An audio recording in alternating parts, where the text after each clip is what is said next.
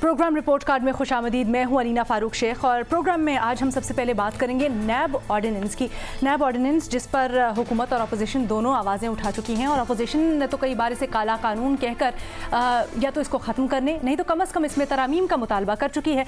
अब अहम डेवलपमेंट ये है कि हुकूमत की अहम इत्तेहादी काफ लीग इसके खिलाफ लाहौर हाई कोर्ट से इसे रुजू किया है और चेयरमैन नैब के इख्तियारात को चैलेंज किया है। हुआ कुछ यूँ कि चेयरमैन नैब के इख्तियारात से मुतल्लिक केस की समाअत लाहौर हाई कोर्ट के 2 रुकनी बेंच ने आज की, जहां स्पीकर पंजाब असम्बली चौधरी परवेज़ इलाही अदालत के सामने पेश हुए और उन्होंने चेयरमैन नैब के खिलाफ दायर दरखास्त में मौक़िफ़ अपनाया कि चेयरमैन नैब को 19 साल पुराने केस और बंद की गई इंक्वायरी खोलने का कोई इख्तियार नहीं है। परवेज़ इलाही ने कहा कि नैब की जानिब से 19 बरस पुराना केस दोबारा खोलने की मंतक सामने नहीं आ रही और ये इकदाम गैर कानूनी करार दिया जाए। चौधरी बरादरान की दरखास्त पर लाहौर हाई कोर्ट ने नैब को 11 मई को नोटिस जारी कर दिया है। इस तमाम तर मामले पर अपने एनालिस्ट से हमारा सवाल कुछ यूँ है कि हुकूमत की अहम इत्तेहाद की जानिब से केस के बाद अब क्या चेयरमैन नैब के इख्तियारात पर बहस की जाएगी, हाँ या ना के ऑप्शन है हमारे एनालिस्ट के पास। और पैनल पर आज हमें ज्वाइन कर रहे हैं हफीजुल्लाह न्याजी साहब, मज़हर अब्बास साहब, बाबर सत्तार साहब, इरशाद भट्टी साहब और मुनीब फारूक भी हमारा साथ देंगे। न्याजी साहब, सबसे पहले आपके पास आते हैं, थोड़ा सा हमें पस मंज़र बताइएगा, इंक्वायरी एक्चुअली थी क्या और 19 साल गुजर गए, अभी तक कोई इसकी तफ्तीश क्यों नहीं हुई? 19 साल बाद एकदम से क्यों खोली गई है इंक्वायरी? देखिए जी, ये तो इंक्वायरी है तभी खोली जाती है जब वो उसकी शिद्दत जरूरत होती है और शिद्दत जरूरत तब होती है कि जैसे कल भी आपने टीवी टॉक शो में तारिक मुशीद चीमा साहब को जो चौधरी साहब का अपने बयान आया है या उससे पहले मुख्तलिफ लोगों के मुख्तलिफ बयान आएंगे। Chief justice supreme court Asif Saeed खुद साहब ने कहा था कि नैब सियासी इंजीनियरिंग के लिए एक इदारा बनाया गया है। तो चुनाचे जब उसकी जरूरत पड़ती है, किसी आम ट्विस्टिंग करनी होती है, किसी को थोड़ा सबक देना होता है, किसी से के खिलाफ अपने रवैया गवर्नमेंट ने उसको अपने मजीद शिकंजों में जकड़ना होता है तो नैब को ट्रिगर करते हैं। तो उससे या अपोजिशन का मुंह बंद कराना होता है, उनको ब्लैकमेल करना होता है। ये केस है जी उनका, जब मुशर्रफ साहब ने नई नैब बनाई थी तो इधर बड़े करो फरस उस वक्त जनरल अमजद साहब थे जो बड़े जिसको कहना चाहिए कि एक मशहूर थे हॉलियत टाउट, और उनको चेयरमैन नैब बनाया गया तो उन्होंने बड़ा रिजॉल्व किया। तो ये केस सबसे पहले उनके पास जब उन्होंने शुरू के इनिशिएट किया तो इमीडिएटली सून आफ्टर जब उनके ऊपर हाथ डाला गया, चौधरी साहब ने कल भी आपने टीवी पर सुना होगा तारिक चीमा साहब को कि किस तरीके से घर की, उस वक्त भी ये बात आवाज आई थी कि चौधरी शुजात साहब ने कहा था कि हमारे घर के नलके तक बाथरूम से उन 2 तक गिन के ले गए, रिकॉर्ड सारा ले गए, सब कुछ ले गए। और केस ये था लिविंग बियॉन्ड मीन्स कि आपके जो एहसास को खास स्पेसिफिक केस नहीं था, केस ये था कि आपके जो एहसास हैं वो आपकी उससे ज्यादा है जो है ना आम जरिए आमनी से। और फिर यही बात शाहजेब खानदार साहब के प्रोग्राम में से 1 साल पहले ये डायरेक्टर डीजी लाहौर उन्होंने कहा कि हमने उनके यहाँ के एसेट्स हमारे सारे उनके हमने लगा लिया, पूरे को पूरा अपने कब्जे में ले लिया, लेकिन बाहर के एसेट्स का हम तखमीना लगा रहे हैं। तो ये एक होता है सस्पेंस रखने की जरूरत होती है, क्योंकि इसी के तहत काफ लीग बनी थी, इसी के तहत जो है उसके बाद पेट्रियाट बनी। तो आपके प्रोग्राम में ये बात हम डिस्कस कर चुके हैं कई दफा कि उस पर पेट्रियाट में भी लोगों को फाइलें दिखाई गई, नैब के केसेस बनाए गए और ये एक आजूदा फार्मूला है। 1-2 बातें हतमी है, वो ये है कि एक तो जिसको कहना चाहिए कि इमरान खान साहब सिद्ध के दिल से चौधरी बरादरान को नापसंद करते हैं।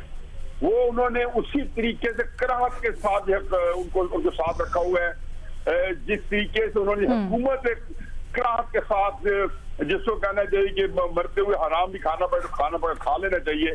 तो चूंकि उनकी इक़्तिदार उनकी जिंदगी मौत है तो उसके अंदर हराम का हुआ है। दूसरा यह है कि नैब ने चूंकि जिल्लत ख्वारी रसवाई उसका मुकद्दर बनी हुई है जहान में भी, अगले जहान में भी, तो उसने अपने आप को सिवाय दलील कराने के जैसे अच्छा, चेयरमैन नैब के दायरा इख्तियार को चैलेंज किया गया है। न्याजी साहब, बाबर सत्तार साहब से जरा उनकी राय जानते हैं।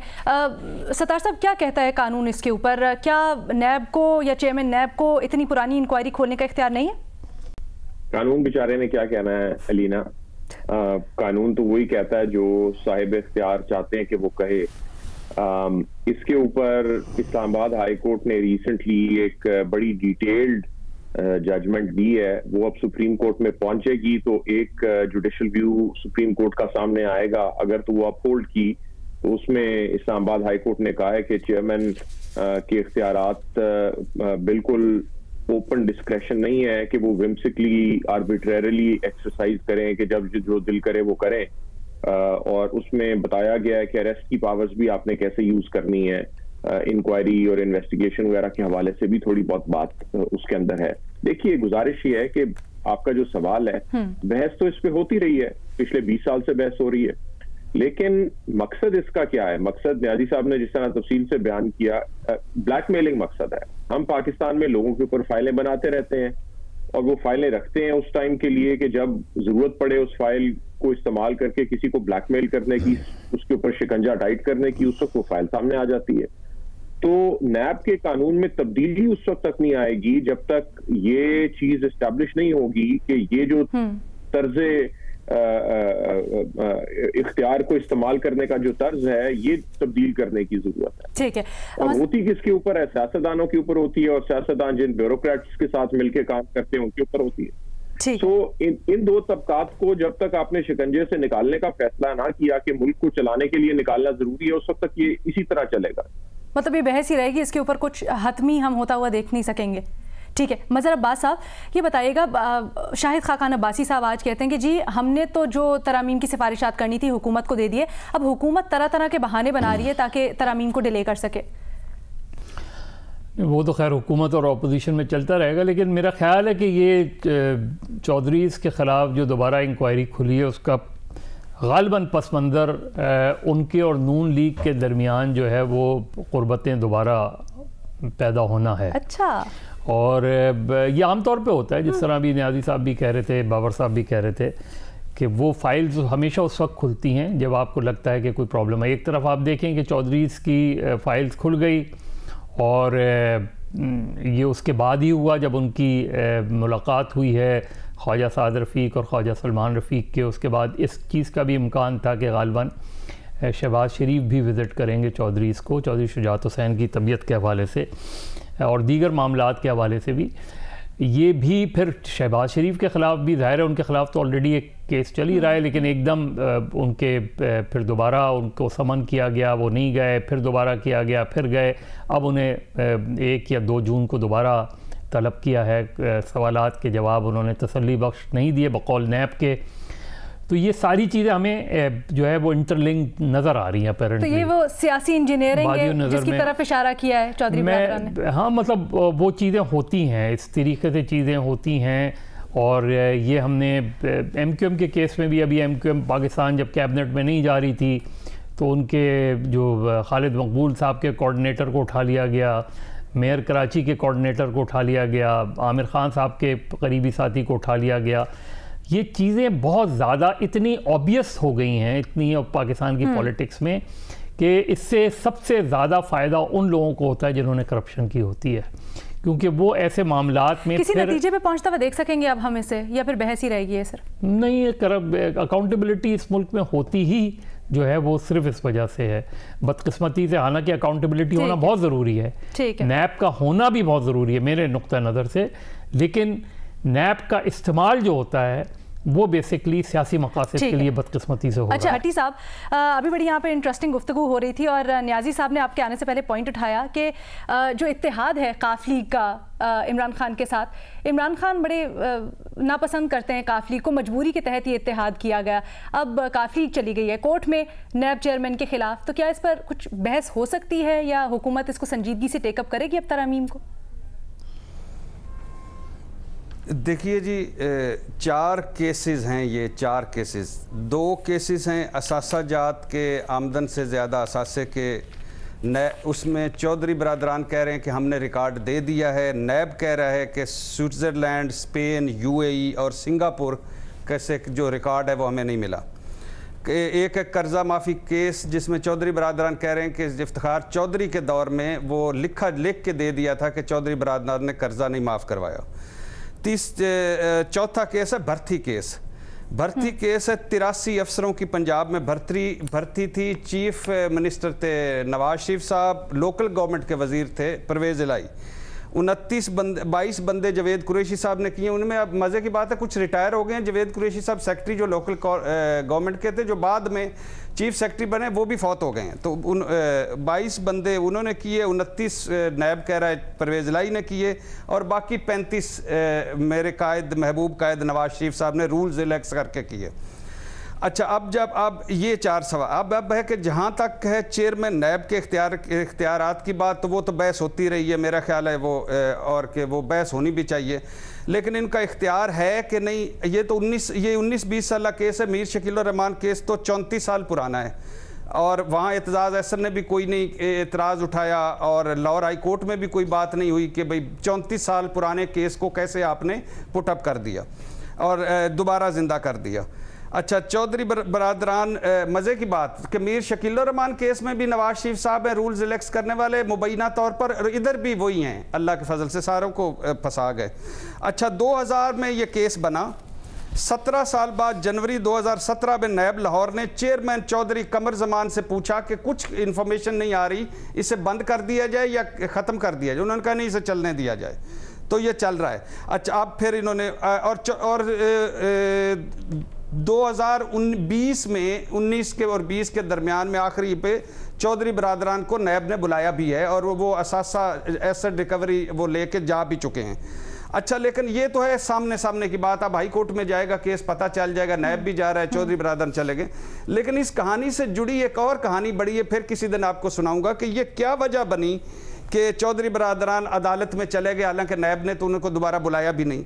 क्या वजह बनी कि चौधरी बरादरान को क्या मैसेजेस मिल रहे थे, चौधरी बरादरान को क्या लग रहा था, ये ईद के बाद क्या होने वाला था, ये इस्लामाबाद क्या करने वाला था, या ये हुकूमत और चौधरी बरादरान के दरमियान बैकडोर पे क्या हो रहा था, या नून लीग क्या प्ले कर रही थी, या कौन चीट कर रहा था, कौन नहीं कर रहा था, या किसने चौधरी को पैगाम दिया। तो ये इमरजेंसी हुई। ये बड़ी मज़े की बात स्टोरी है। ये कभी फिर से ही फिर से मेरी वो क्या कहते हैं, जज्बात पे ठंडा पानी डालने के लिए फिर से। आप ना करते बहुत कुछ कह भी गए हैं भट्टी साहब। वैसे मुनीब, आपसे जानना चाह रहे थे, जैसे अभी भट्टी साहब ने भी कहा है, बहुत सी बातें कह गए हैं, वैसे वो ना करते भी। और बैलेंसिंग एक्ट या बैलेंसिंग फैक्टर का कल तारिक बशीर चीमा साहब ने कहा कि जी अगर ये करने की कोशिश की जा रही है तो हम फिर अपना इत्तेहाद तोड़ देंगे हुकूमत के साथ। अगर ऐसा हुआ तो क्या इम्पैक्ट पड़ेगा? और जिस खदशे की तरफ भट्टी साहब इशारा कर रहे हैं, क्या वाकई में वो ईद के बाद जो कहा जा रहा था कि हैमरिंग करने वाला है नैब, उसके लिए लाहौर हाई कोर्ट से रुजू किया गया? देखिए, एक तो बात ये अपनी जगह दुरुस्त है, जो तारिक ने बैकग्राउंड बता दिया नैब का, वो तो है, किसी को अच्छा लगे बुरा लगे। लेकिन 34 साल पुराना केस हो या 19 साल पुराना केस हो, सवाल यही है कि आप जिंदगी इस तरह फैसले कर सकते हैं कि आप चलिए आप किसी का बाजू मरोड़ना है, किसी की दुम मरोड़नी है तो हमने ये शुरू कर देना है। पहले तो बात ये है। दूसरी बात ये कि चौधरी साहिबान से ताल्लुकात अगर मुस्लिम लीग नून के ज़ाहिरी तौर पर कुछ ठीक हो रहे हैं। ख्वाजा साहिबान अपनी पर्सनल कैपेसिटी में मिले थे, क्योंकि ख्वाजा साद रफीक और खासतौर पर ख्वाजा सलमान रफीक साहब के जो प्रोडक्शन ऑर्डर्स का मामला था, उस पर चौधरी साहब ने बड़ा खुला दिल दिखाया और हुकूमत की मर्जी के खिलाफ, पीटीआई के बहुत से लोग इस पर एतराज कर रहे थे, फिर भी उनके प्रोडक्शन ऑर्डर जारी करते रहे वो। लेकिन यहाँ जो कुछ हुआ है ये चौधरी साहिबान के साथ, या जो कुछ होने जा रहा है, ये आप इसे बैलेंसिंग एक्ट भी कह सकते हैं या थोड़ी सी बेल्ट टाइटनिंग भी कह सकते हैं। थोड़ा सा उनको हुकूमत ने अपनी एग्जिस्टेंस के बारे में बताना है। आने वाले दिनों के अंदर बहुत कुछ हो सकता है। हुकूमत का अगर कोई किसी को ये तासुर मिल रहा है कि हुकूमत कमजोर होगी, हुकूमत बिल्कुल कमजोर नहीं होगी। हुकूमत इनफैक्ट अपने एलाइज जिनके साथ उन्हें थोड़ा बहुत प्रॉब्लम है, या जो थोड़ा जैसे कहा जाता है फॉल इन लाइन नहीं कर रहे, उनको थोड़ा सा डिसिप्लिन करने के लिए इस तरह की हरकत की जाएगी। क्योंकि नैब तो प्रॉक्सी के तौर पर इस्तेमाल होता है। नैब एक इंजीनियरिंग का इंस्टीट्यूशन है, रहा है। आज भी नैब के अंदर जो केसेस हैं उनमें से मेरे ख्याल में मेरिट के ऊपर देखा जाए तो हार्डली या हैंडफुल जो चल रहे होंगे, बाकी तो ऐसे ही है किसी को रोक। अच्छा, ये मैं भट्टी साहब से पूछना चाहती हूँ मुनीब, जैसे कह रहे हैं भट्टी साहब कि हुकूमत अपने आप का एहसास दिलाने के लिए इत्तेहादियों को ये कर रही है सब कुछ, लेकिन नैब तो आज़ाद इदारा है। देखिए, इसमें कोई शक नहीं कि मुनीब जो कह रहे हैं बात कि हमारी हिस्ट्री है, इसमें कोई शक नहीं। मेरा हमेशा बिलीव रहा है कि मेरा हमेशा यकीन रहा है कि हिस्ट्री दोनों तरफ की है। आप कुछ केसेस कह सकते हैं, मैं कह रहा हूँ नैब की कैपेबिलिटीज, कैपेसिटीज, कमियां, कोताहियां, केसों की पैरवरी, कुछ केसेस में आप लगता है कि लेकिन क्या सारे दूध के धुले हैं? दूसरी तरफ सारे ने तबाही फेरी हुई है इन लोगों ने, इन्होंने लुट के खा गए इस मुल्क को, तबाह कर गए हैं, नस्लें खा गए हैं ये हमारे, और उस इनसे पूछे भी कोई ना। तो ये दूसरे दूध के धुले नहीं, इनकी भी बड़ी एक हिस्ट्री है। जब ये आए थे कोई ये ग्रेट दर्जा चाहरम के लोग थे, आज इनके देखें महल हैं 5-5 बर्रे आजमों में। कोई बंदा उठा के देखे ना मुझे, कोई भट्टी पे बैठ के लोहा कूट रहा था। भट्टी साहब, तो आपको क्या लगता है इख्तियारात पर बहस होगी संजीदगी से हुकूमत और अपोजिशन के दरमियान या नहीं? किस पर? ये जो चेयरमैन नैब के इख्तियारात और नैब तरामीम से मुतल्लिक कोई संजीदा बहस होगी या नहीं होगी, और कोई संजीदा इक़दामात होंगे या नहीं होंगे? मैं तो आपको बता चुका हूं कि मेरी इतला के मुताबिक मुबैना तौर पर मुसवदा भी शेयर हो चुका है तरमीम का, नैब का। और लेकिन इस पे कोई आगे चलता है नहीं चलता, ये इनका काम है, या ये चलाते हैं नहीं चलाते ये है, लेकिन मुसवदा शेयर हो चुका है। और उस मुसवदे की बुनियाद पर 18वीं तरमीम भी उस मुस्तकबिल उसका जुड़ा हुआ है। ठीक है, यहाँ पर हम छोटी सी ब्रेक लेंगे, ब्रेक के बाद वापस आएंगे और अपना दूसरा सवाल रखेंगे एनालिस्ट के सामने।